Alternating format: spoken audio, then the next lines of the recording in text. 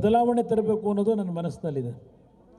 ನೀವು ನನಗೆ ಇವತ್ತೇನು ಶಕ್ತಿ ತುಂಬ್ತೀರಿ, ಈ ರಾಜ್ಯದಲ್ಲಿ ಇವತ್ತು ಒಂದೊಂದು ಚುನಾವಣೆ ನಡೆಸಬೇಕಾದ್ರೆ ಏನು ಖರ್ಚಾಗ್ತಿದೆ ಅನ್ನೋದು ನಿಮಗೂ ಗೊತ್ತಿದೆ, ನನಗೂ ಗೊತ್ತಿದೆ. ಯಾರ್ಯಾರು ಮನೆಗಳು ಹಾಳು ಮಾಡ್ಕೊತಾರೋ ಗೊತ್ತಿಲ್ಲ ಚುನಾವಣೆಗೆ ನಿಂತು, ಅದೆಲ್ಲ ಸತ್ಯ ನಾನು ಹೇಳಲಿಕ್ಕೆ ಹೋಗೋದಿಲ್ಲ.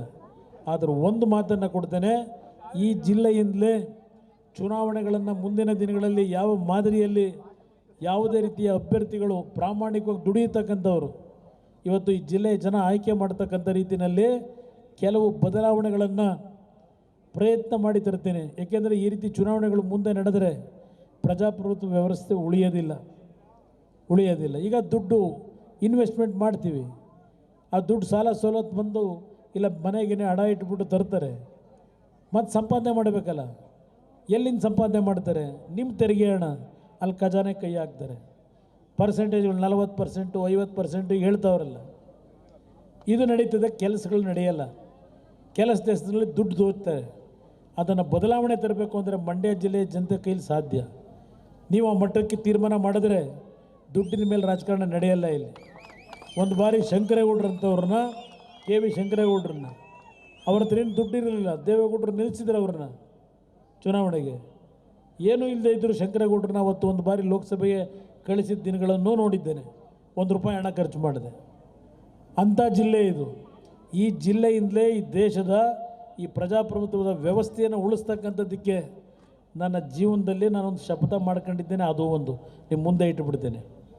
ಈ ಚುನಾವಣೆಯಲ್ಲಿ ಹಣದ ಒಂದು ಆಟ ಜಾಸ್ತಿ ಏನಿದೆ, ಇದನ್ನು ಮುಂದಿನ ದಿನಗಳಲ್ಲಿ ಉತ್ತಮವಾದಂಥ ಜನಪ್ರತಿನಿಧಿಯಾಗಿ ಹಳ್ಳಿಗೆ ಬಂದು ನಿಮ್ಮ ಜೊತೆಯಲ್ಲಿ ಕೂತು ನಿಮ್ಮ ಕಷ್ಟ ಸುಖಗಳನ್ನು ಕೇಳಿ ನಿಮ್ಮಿಂದ ಇಡೀ ರಾಜ್ಯದ ವ್ಯವಸ್ಥೆಗಳನ್ನು ಬದಲಾವಣೆ ಮಾಡಲಿಕ್ಕೆ ಸಂದೇಶ ಈ ಜಿಲ್ಲೆಯಿಂದಲೇ ಹೋಗಬೇಕು.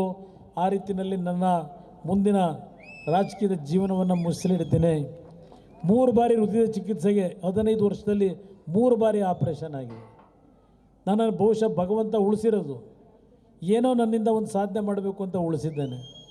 ಇವತ್ತು ಆ ಹಿನ್ನೆಲೆಯಲ್ಲಿ ಈ ಚುನಾವಣೆಯಲ್ಲಿ ನಾನು ನಿಲ್ಲಬೇಕು ಅನ್ನೋದು ಇಲ್ಲದೇ ಇದ್ದರೂ ಇವತ್ತು ನನ್ನನ್ನು ನಾವು ಒತ್ತಡ ಹಾಕಿ ನಿಲ್ಲಿಸಿದ್ದೀರಿ.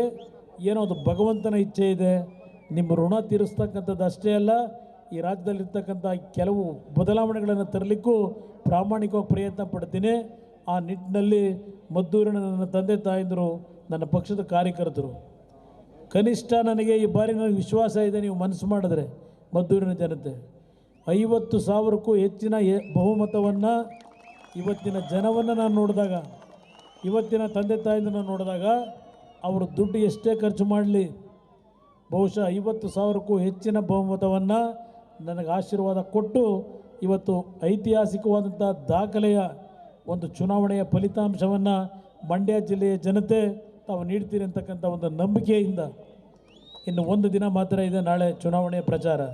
ನಾಳೆ ಬೆಳಗ್ಗೆಯಿಂದ ನಮ್ಮ ಕೊಪ್ಪ ಭಾಗಕ್ಕೆ ಬೆಳಗ್ಗೆ ಒಂದು 9 ಗಂಟೆಗೆ ಬರ್ತಾಯಿದ್ದೀನಿ, 8 ಗಂಟೆಗೆ ಅದು ಮುಗಿಸ್ಕೊಂಡು 2 ಗಂಟೆ ಮೇಲೆ ಮಂಡ್ಯದಲ್ಲಿ ಒಂದು 6 ಗಂಟೆವರೆಗೂ ಅಲ್ಲಿಯ ಒಂದು ವಿಧಾನಸಭಾ ಕ್ಷೇತ್ರದಲ್ಲಿ ಕೆಲಸ ಮಾಡ್ತಾ ಇದ್ದೇನೆ. 2 ದಿನಕ್ಕೆ ಆಪರೇಷನ್ ಮಾಡಿಸ್ಕೊಂಡು ಹೊರಗೆ ಬಂದು ಅವನು ಹಾಸ್ಪಿಟ್ಲಿಂದ 2 ದಿನಕ್ಕೆ. 3ನೇ ದಿನಕ್ಕೆ ಕೆಲಸ ಪ್ರಾರಂಭ ಮಾಡಿದೆ. ದಿನಕ್ಕೆ 18 ಗಂಟೆ ಕೆಲಸ ಮಾಡಿದ್ದೇನೆ. ನೋಡಿ ನನ್ನ ಬಗ್ಗೆ ಕಾಮೆಂಟ್ಸು ಮಾಡಿದ್ರು, ಏನು ಕುಮಾರಸ್ವಾಮಿ ಎಲೆಕ್ಷನ್ನು ಅಂದರೆ ಆಸ್ಪತ್ರೆಗೆ ಏನೋ ಕಾಯಿಲೆ ಅಂತ ಹೋಗ್ತಾರೆ, ಆಸ್ಪತ್ರೆಯಲ್ಲಿರ್ತಾರೆ, 2 ದಿವಸಕ್ಕೆ ವಾಪಸ್ ಬಂದುಬಿಡ್ತಾರೆ ಅಂತೇಳಿ. ಈ ಬಾರಿ ನಾನು 2 ದಿವಸಕ್ಕೆ ವಾಪಸ್ ಬರಲಿಕ್ಕೆ ಕಾರಣ ಇವತ್ತು ಈ ಹೃದಯದ ಕಾಯಿಲೆಗಳಿಗೆ ಟೆಕ್ನಾಲಜಿ ಭಾಳ ದೊಡ್ಡ ಮಟ್ಟದಲ್ಲಿ ಬೆಳೆದಿದೆ.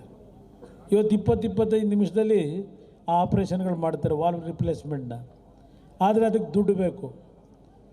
ಸುಮಾರು 25 ಲಕ್ಷ ಹಣ ಖರ್ಚು ಮಾಡಿದ್ದೇನೆ ಅದಕ್ಕೆ. ಈಗ 25 ಲಕ್ಷ ಸುದ್ದಿ 3 ವಾಹಿನಿಯ ಹೆಚ್ಚಿನ ಮಾಹಿತಿಗಾಗಿ ಸಬ್ಸ್ಕ್ರೈಬ್ ಆಗಿ ಹಾಗೂ ಬೆಲ್ ಬಟನ್ ಒತ್ತಿ.